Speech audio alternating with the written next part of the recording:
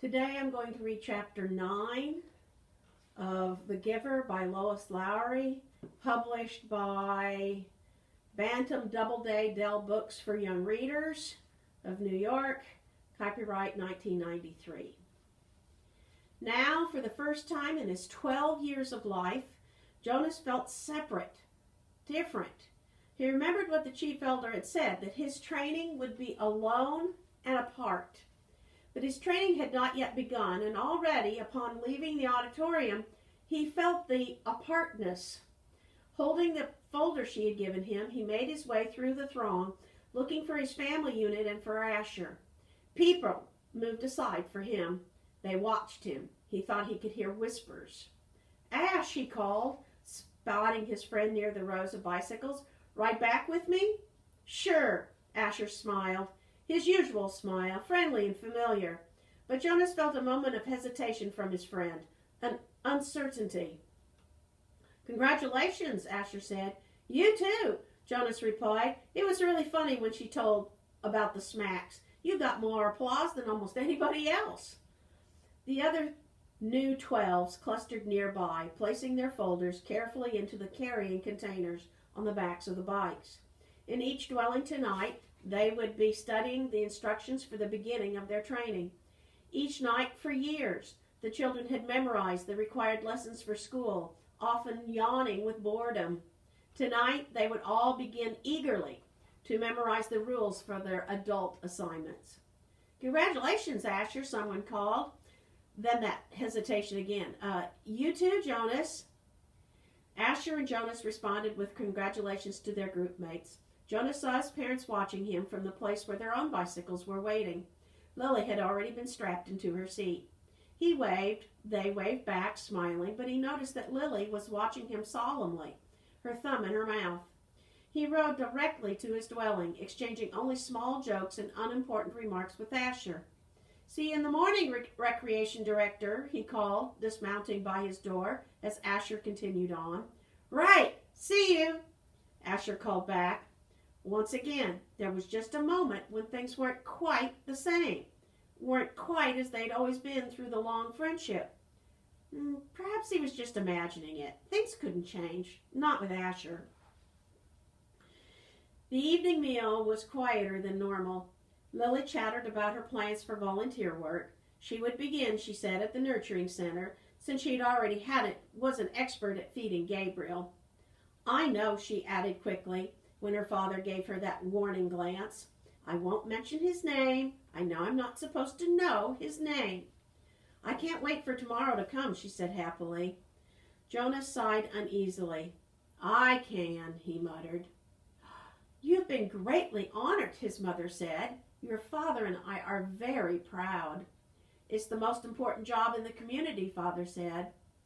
"But just the other night you said the job of making assignments was the most important." Mother nodded. "This is different. It's not a job, really. I never thought, never expected." She paused. "There's only one receiver." "But the chief elder said that they made a decision before and that it had failed." What was she talking about? Both of his parents hesitated. Finally, his father described the previous selection. "It was very much as it was today, Jonas. The same suspense, as 111 had been passed over when the assignments were given. Then the announcement, when they singled out the one." Jonas interrupted. "What was his name?" His mother replied, "Her, not his. It was a female. But we are never to speak the name or to use it again for a new child." Jonas was shocked. The name designated not to be mentioned, not to be spoken, indicated the highest degree of disgrace. "What happened to her?" he asked nervously. But his parents looked blank. "We don't know," his father said uncomfortably. "We never saw her again." A silence fell over the room. They looked at each other. Finally, his mother, rising from the table, said, "You've been greatly honored, Jonas. Greatly honored." Alone in his sleeping room, prepared for bed, Jonas opened his folder at last. Some of the other 12s, he had noticed, had been given folders thick with printed pages. He imagined Benjamin, the scientific male in his group, beginning to read the pages of rules and instructions with relish. He pictured Fiona, smiling her gentle smile as she bent over the lists and the methods that she would be required to learn in the days to come. But his own folder was startlingly close to empty. Inside there was only one single printed sheet. He read it twice. Jonas, receiver of memory. Number 1, go immediately at the end of school hours each day to the annex entrance behind the House of the Old and present yourself to the attendant. Number 2, go immediately to your dwelling at the conclusion of training hours each day. Number 3, from this moment, you are exempted from rules governing rudeness. You may ask any question of any citizen and you will receive answers. Number 4, do not discuss your training with any other member of the community, including parents and elders. Number 5, from this moment, you are prohibited from dream telling. Number 6, except for illness and injury unrelated to your training, do not apply for medication. Number 7, you are not permitted to apply for release. Number 8, you may lie. Jonas was stunned. What would happen to his friendships? His mindless hours playing ball or riding his bike along the river. Those had been happy and vital times for him. Were they to be completely taken from him now? The simple logistic instructions, where to go and when, were expected. Every 12 had to be told, of course, where and how and when to report for training, but he was a little dismayed that his schedule left no time, apparently, for recreation. The exemption from rudeness startled him. Reading it again, however, he realized that it didn't compel him to be rude. It simply allowed him the option. He was quite certain he would never take advantage of it. He was so completely, so thoroughly accustomed to courtesy within the community that the thought of asking another citizen an intimate question, of calling someone's attention to an area of awkwardness, was unnerving. The prohibition of dream-telling, he thought, would not be a real problem. He dreamed so rarely that the dream-telling did not come easily to him anyway, and he was glad to be excused from it. He wondered briefly, though, how to deal with it at the morning meal. What if he did dream? Should he simply tell his family unit, as he did so often, anyway, that he hadn't? That would be a lie. Still, the final rule said, well, he wasn't quite ready to think about that final rule on the page.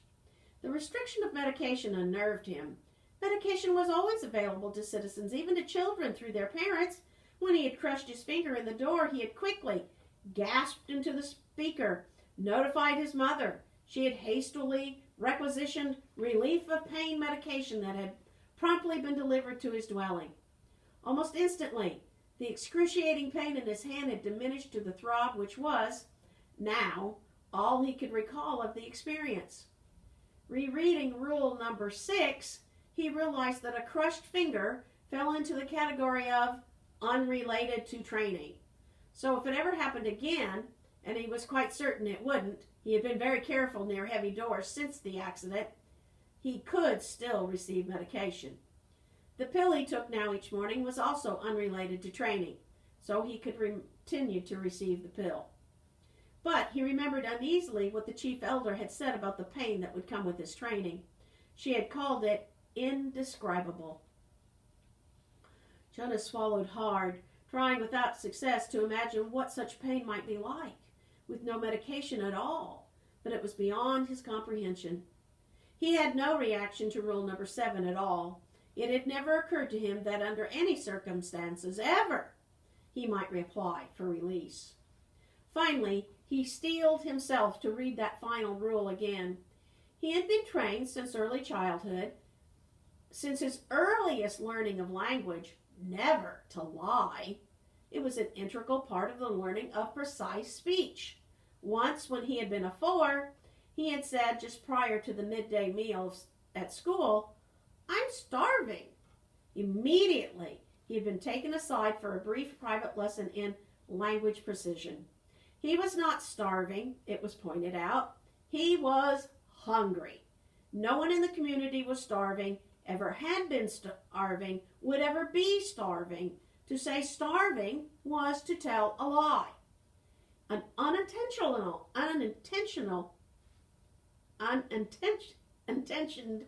lie, of course, but the reason for the precision of language was to ensure that unintentional lies were never uttered.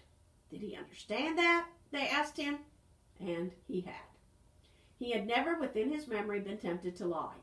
Asher did not lie. Lily did not lie. His parents did not lie. No one did. Unless... Now Jonas had a thought that he'd never had before. This new thought was frightening. What if others, adults, had, upon becoming 12s, received in their instructions the same terrifying sentence?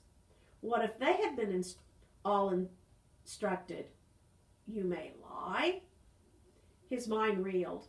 Now empowered to ask questions of utmost rudeness and promised answers, he could, conceivably, though it was almost unimaginable, ask someone, some adult, his father perhaps, "Do you lie?"